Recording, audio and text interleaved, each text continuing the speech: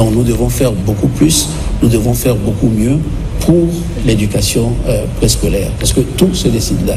Et il y a quelque chose de désespérant à se dire que les 3 premières années de votre vie, si vous n'avez pas les fondements qu'il faut, s'il n'y a pas les investissements qu'il faut, ça va déterminer le reste de votre vie.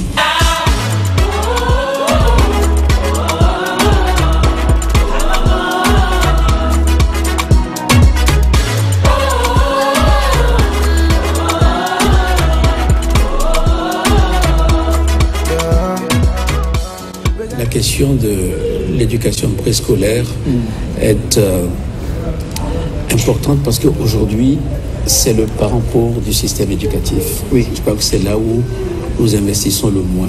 Au Togo, bien que nous ayons un budget d'éducation qui correspond à peu près à 25% de notre budget national, la part qui va à l'éducation préscolaire est encore faible. Puis nous savons tous que depuis le début de la pandémie, le secteur qui a été le plus affecté dans le secteur de l'éducation, c'est celui de l'éducation à l'enfance, avec un grand nombre d'enfants qui n'ont pas pu se rendre à l'école pendant longtemps. On sait tous que les enfants issus des familles aisées réussissent mieux leurs études que ceux qui viennent des régions pauvres ou bien de parents pauvres. Ce que l'on sait moins, c'est que cette inégalité apparaît dès avant l'école primaire. Donc, c'est dans l'éducation préscolaire que ces inégalités se creusent. Et l'écart de connaissances et l'écart de capacité que nous notons à ce niveau devient long, puisqu'il persiste tout au long du parcours scolaire des enfants, mais également parfois tout au long de la vie. Parce que c'est très coûteux de combler ces inégalités-là. Alors, face à cela, qu'est-ce qu'il faut faire ?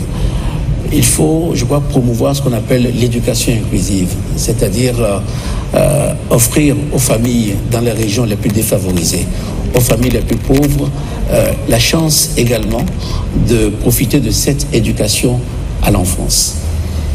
Ce faisant, nous réglons en même temps le problème de l'éducation des filles, puisque à part cela, à part les inégalités de famille, il y a aussi les inégalités de sexe, où les filles, malheureusement, sont désavantagées par rapport aux hommes. Et plus tard, c'est ce qui va également accroître les chances des femmes à accéder au marché du travail. Tout à l'heure, le président Kenyatta expliquait qu'ils veulent 100% de transition du primaire au secondaire. Sans un investissement lucide, massif et audacieux dans l'éducation préscolaire, cet objectif ne pourra pas être atteint pour tous les enfants. Donc nous devons faire beaucoup plus, nous devons faire beaucoup mieux pour l'éducation préscolaire, parce que tout se décide là. Et il y a quelque chose de désespérant à se dire que les 3 premières années de votre vie, si vous n'avez pas les fondements qu'il faut, s'il n'y a pas les investissements qu'il faut, ça va déterminer le reste de votre vie. Et de notre côté, nous disons que aujourd'hui, si nous faisons plus pour l'éducation à l'enfance ou l'éducation préscolaire, nous réduisons le taux d'échec, nous réduisons le taux de redoublement et naturellement, nous réduisons le taux d'abandon.